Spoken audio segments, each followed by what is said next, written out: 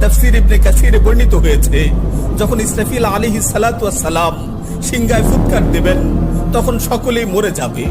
মালাকুল মাউত মৃত্যুর ফেরেশতা এসে আল্লাহ তাআলাকে বলবেন, হে আল্লাহ, সকলেই মরে গেছে। তিনি জিজ্ঞেস করবেন, অবশিষ্ট কে আছে? সে উত্তর দেবে, হে আমার রব, আপনি, আর আপনি তো হলেন চিরঞ্জীব।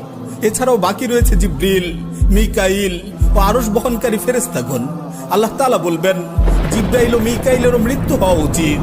মৃত্যুর ফেরেশতা মালাকুল মাউত বলবে, হে প্রভু, জিবরাইল ও মিকাইলও মরে গেছে। আল্লাহ তাআলা জিজ্ঞেস করবেন, এখন আর কে বাকি আছে? সে বলবে, এখন আমি বাকি আছি ও আরশ বহনকারী ফেরেশতাগণ বাকি আছে।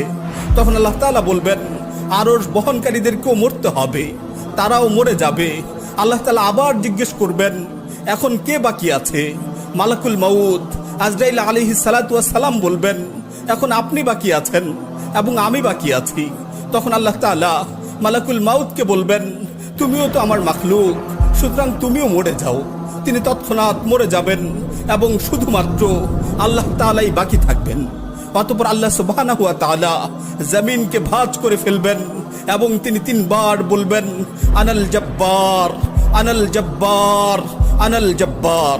আমি প্রতাপশালী, আমি প্রতাপশালী, আমি প্রতাপশালী। অতঃপর তিনি তিনবার জিজ্ঞেস করবেন, লিমানিল মুলকুল ইয়াউম, লিমানিল মুলকুল ইয়াউম, লিমানিল মুলকুল ইয়াউম।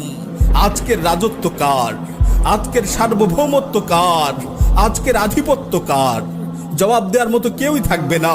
তিনি আবার উত্তর দিবেন, লিল্লাহিল ওয়াহিদিল কাহ্হার।